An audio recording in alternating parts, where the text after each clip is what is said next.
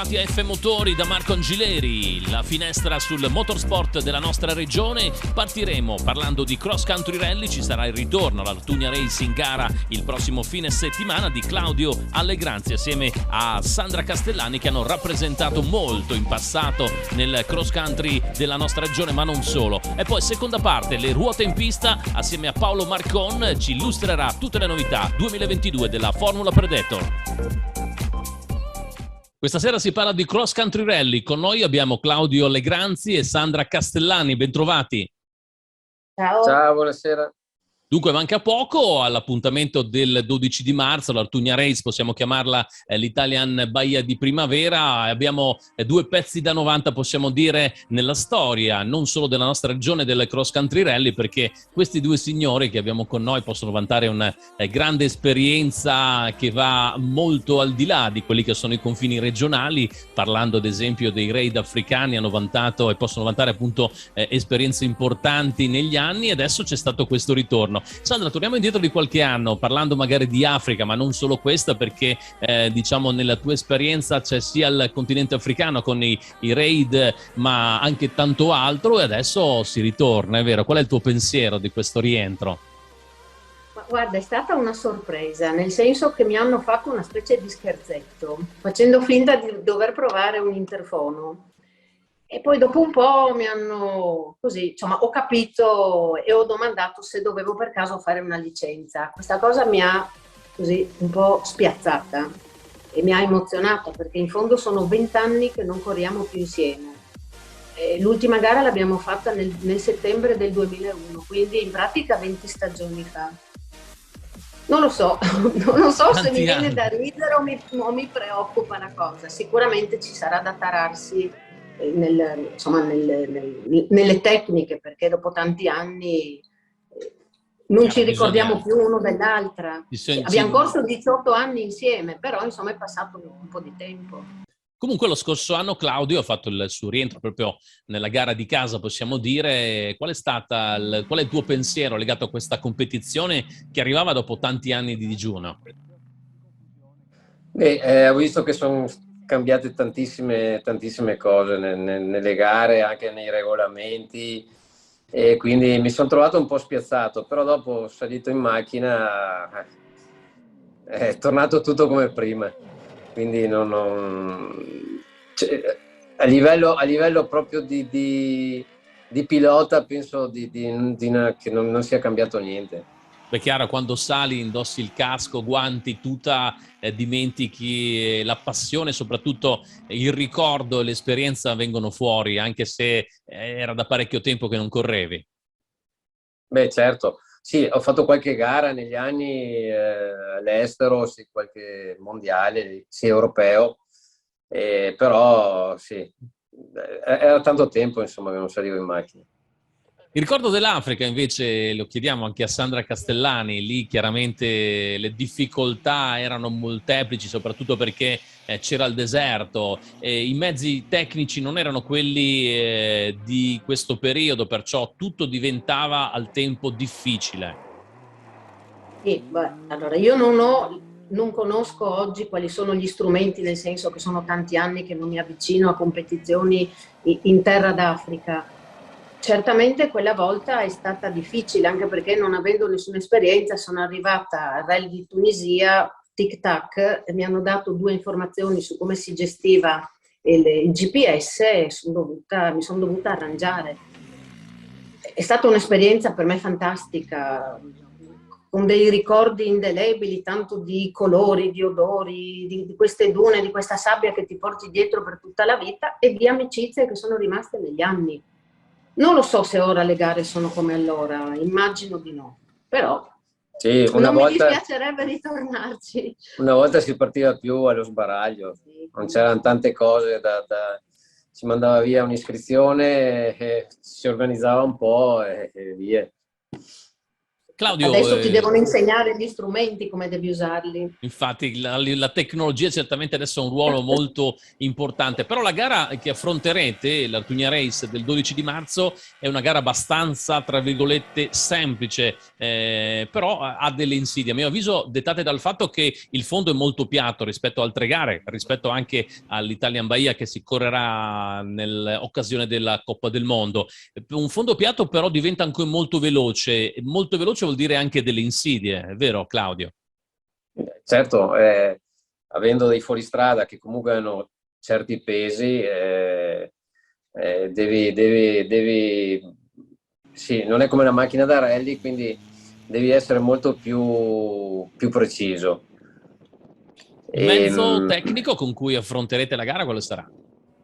È un Suzuki Gran Vitara, un T1, quindi Beh, siete ben messi, perché parliamo di un mezzo importante sotto l'aspetto tecnico. Sì, non è proprio, diciamo, non è un pick-up di quelli che vediamo, ma comunque non è male.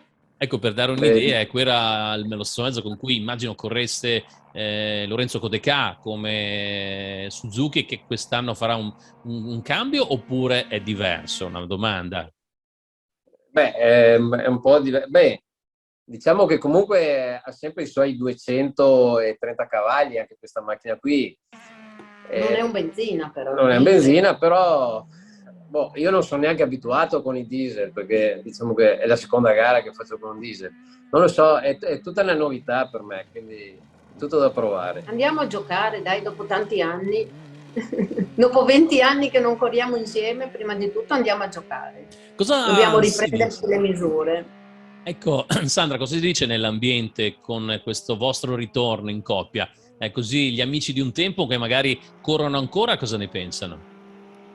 Allora, io credo che ancora la notizia non sia uscita, nel senso che voi lo sapete, credo da Mauro. Infatti.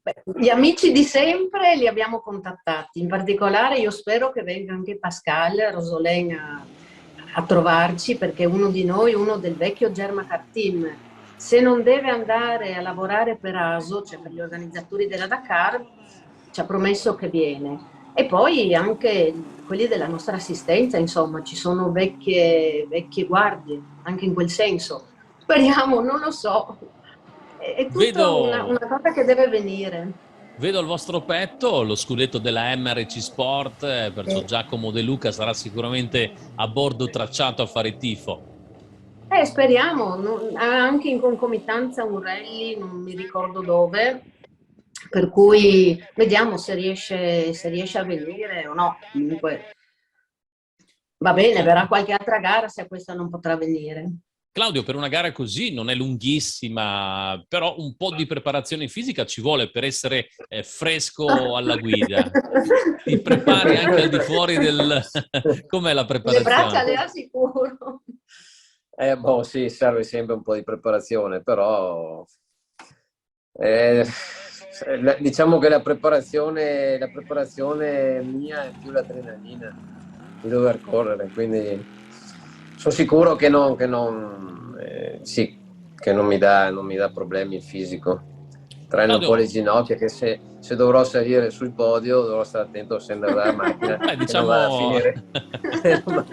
è un qualche cosa che noi ovviamente ti auguriamo. Tornando invece indietro alle gare africane, il tuo pensiero, ricordo che hai ancora di quelle belle avventure vissute ormai 25-30 anni fa quasi. Lì è proprio sono tante cose, anche la fatica di quelle gare lì, che erano anche dure, quella forse è quella cosa che ti rimane di più, che è quella che proprio ti dà la carica, che ti fa ricordare.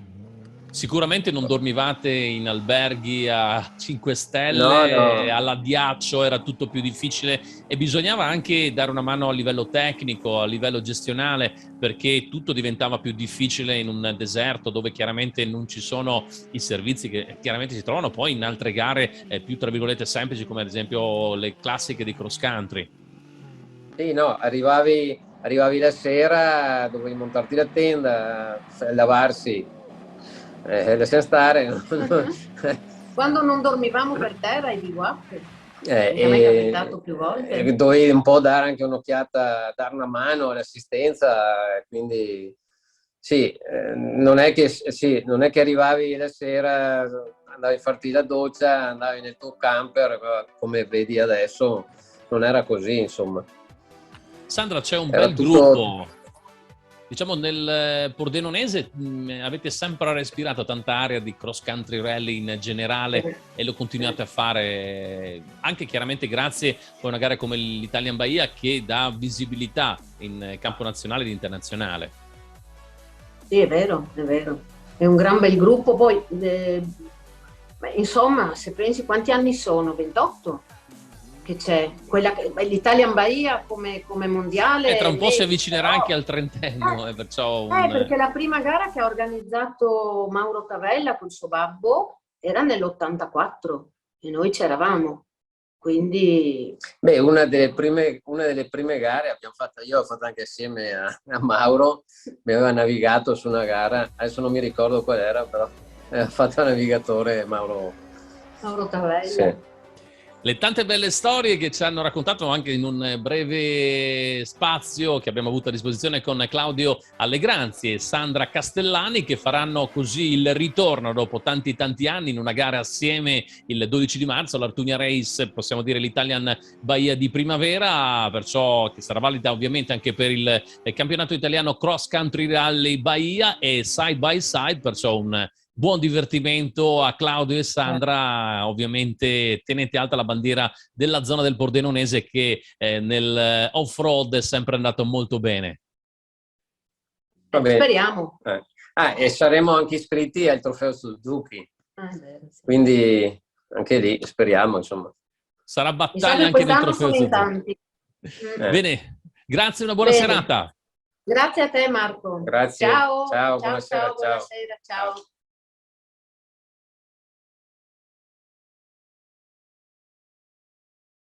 Una buonasera Paolo Marcon, questa sera si parla anche delle 4 ruote scoperte in pista, vero Paolo? Buonasera. Buonasera a voi.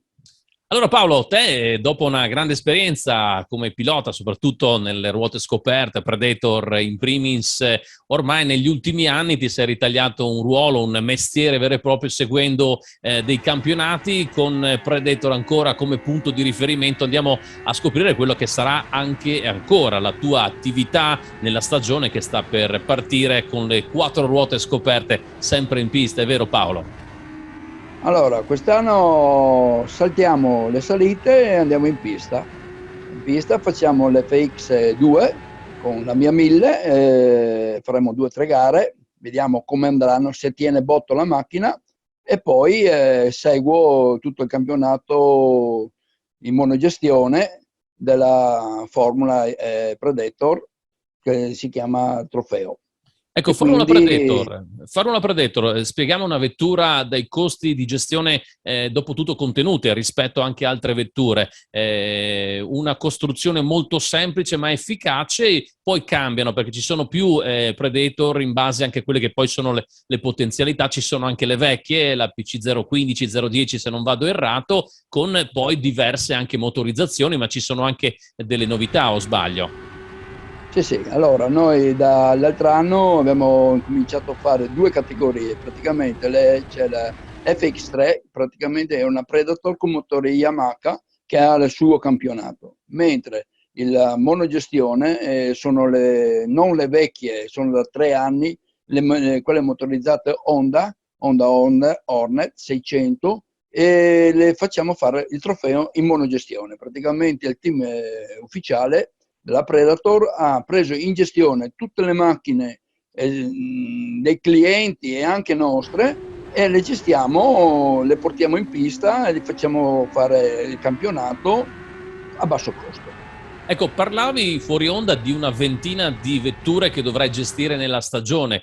non sono poche, ma sicuramente questo fa intravedere che il progetto Predator, il trofeo, ovviamente inserito in un più ampio numero, diciamo, di competizioni, vuol dire aver centrato l'obiettivo, perché effettivamente, nonostante ci sia la crisi che morde, i numeri del Predator tornano sempre, o sbaglio? No, non sbagli. Praticamente dall'inizio del lockdown, che era nel 2020, noi abbiamo sempre partecipato a tutte le gare. Siamo l'unico trofeo, no, l'unico campionato, l'FX, che è riuscito a svolgere tutto il proprio programma.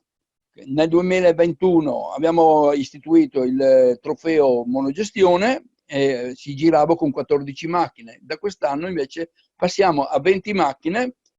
Io dovrei gestire tutto quanto, però ho anche il supporto di altri 3 team, uno in Slovenia, uno a Bari e uno a Roma, che mi daranno una mano come gestione di tutto quanto, però la direzione è mia e dei Corrado Cusi. Ecco, Corrado, che lo ricordiamo è il fondatore della Predator, è un progetto che poi tu negli ultimi anni hai abbracciato, ormai sei diventato uno di casa, anche perché per lavoro, diciamo, in Friuli Venezia Giulia tu ci stai molto poco, perché durante la stagione praticamente sei sempre in giro per le piste, tra test, messa a punto delle vetture e competizioni, diciamo, sei sempre fuori. Esatto, come l'altro anno ho fatto un calcolo di 140 giorni fuori casa, quest'anno penso che già al mese di febbraio sono già fuori quasi più di 30 giorni, quindi già l'altra settimana ho dovuto fare 5 giorni di test e con la prossima settimana iniziamo a ricostruire macchine e mettere a posto per il campionato. Parliamo dell'ultima uscita di Casa Predator, quella col motore Yamaha, le potenzialità, la cilindrata, i cavalli e soprattutto il passo, cosa cambia rispetto a prima? Ma nel passo rimane uguale. Cambia semplicemente la motorizzazione, che abbiamo la motorizzatore Yamaha M29 che da 100 cavalli dell'Honda siamo passati a 120-122 cavalli, con prestazioni che veramente in piste corte fanno paura, e non dico in Formula 3, ma in Formula Renault devono stare molto attenti. Ecco, Formula Renault però lì le cilindrate, cioè sono motori in quel caso classici automobilistici, lo spieghiamo rispetto alle Predator che hanno motori motociclistici, però avvicinarsi a delle 2000, la Formula Renault mi sembra, che hanno motori che dovrebbero essere più o meno quelle delle Clio, può essere, se non sbaglio, vuol dire avere delle prestazioni importanti, perché confrontate le vetture hanno anche dei costi molto diversi, Paolo. Esatto, allora la nostra gestione è bassissima, perché se pensi bene un motore di MT9 vai a prenderlo a 3.000 euro, metti un Renault, ci vogliono solo 10.000 per fare una revisione, cambio e tutto quanto, mentre con il motore motociclistico è tutto incorporato e quindi non ci sono nessun problema, con minima spesa e in massima resa, però andando in circuiti piccoli, medio piccoli, fanno veramente la paura ai Renault, perché si piantano in curva e noi riusciamo a recuperare molto sulle curve. Ecco, non la sul percorrenza dritto, ma però... perciò la percorrenza in curva è molto maggiore rispetto alle Formula Renault. Questo per un non tanto motore, ma forse per la costruzione, per il telaio, immagino. Esatto, perché la macchina è molto leggera, confronto a un Renault, siamo un quintale e mezzo, un quintale e mezzo in meno, però abbiamo la manovrabilità, come si può dire, la bravura del Agilità. pilota, esatto, l'agilità della macchina, che fa veramente, quelli del Renault non ci credono, però i tempi, quando sei in pista li trovi davanti, nel dritto ti vanno via, poi quando arrivano nelle curve si piantano, e invece noi andiamo. Ecco, a tuo avviso, per un giovane il passaggio post-kart potrebbe essere ideale, in virtù che chiaramente poi si sceglieranno anche delle formule maggiori, però come formula propedeutica per poter continuare a crescere in pista è l'ideale. Esatto, noi abbiamo avuto dei piloti già da 3 anni, che abbiamo piloti del kart, passano sulla Predator e poi cercano di fare meglio e come l'altro anno abbiamo vinto il campionato FX3 e quest'anno il ragazzo ha 15 anni, ha 16 anni adesso e monta sull'F4. Però 2 anni fa c'avevamo un ragazzo che è montato sul Formula Renault. Sì, è una formula propedeutica che è un passaggio tra noi e le formule maggiori. È tutto là il discorso, però siamo contenti perché adesso sto anche, proprio l'altra settimana ho avuto un ragazzino di 12 anni che ha incominciato a partecipare, a fare dei test a lungo termine per montare sull'F4. Però diciamo già da giovane ci si rende conto uno se ha delle qualità anche se non arriva dal kart, perciò ammettiamo che uno voglia fare il passo e partire direttamente senza aver fatto nulla prima, lo può fare anche con le Predator, magari quelle con minor potenzialità, perciò parliamo delle 600 motori. Esatto, appunto per quello che è stato istituito il trofeo.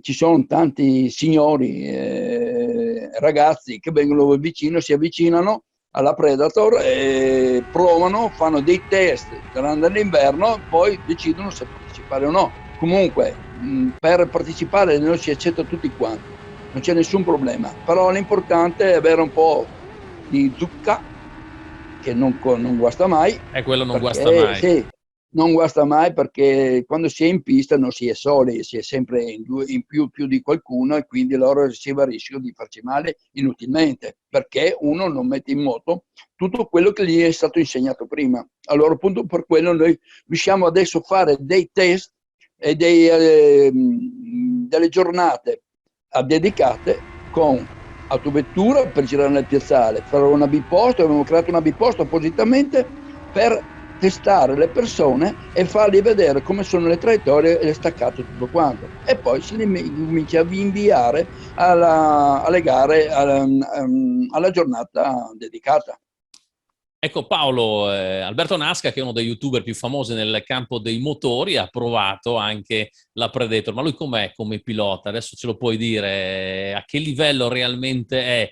È bravo, bravino o molto bravo? È bravo. Non ti Basta, non vado sbilanci avanti molto. No, perché l'ho avuto e non posso parlare più di tanto. Sei molto diplomatico. Allora Paolo, grazie di questo tuo intervento, ci hai un po' raccontato quello che è la tua vita tua, dopo tanta esperienza nel mondo dei motori, ormai da diversi anni legato al mondo della Predator, delle 4 ruote scoperte, ovviamente sperando di rivederti anche nelle gare di velocità in salita, in questo caso invece non come tecnico ma come pilota nelle gare appunto della nostra regione. Grazie della tua disponibilità e ovviamente un buon lavoro per la tua nuova stagione.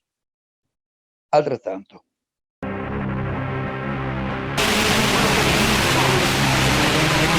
Nero per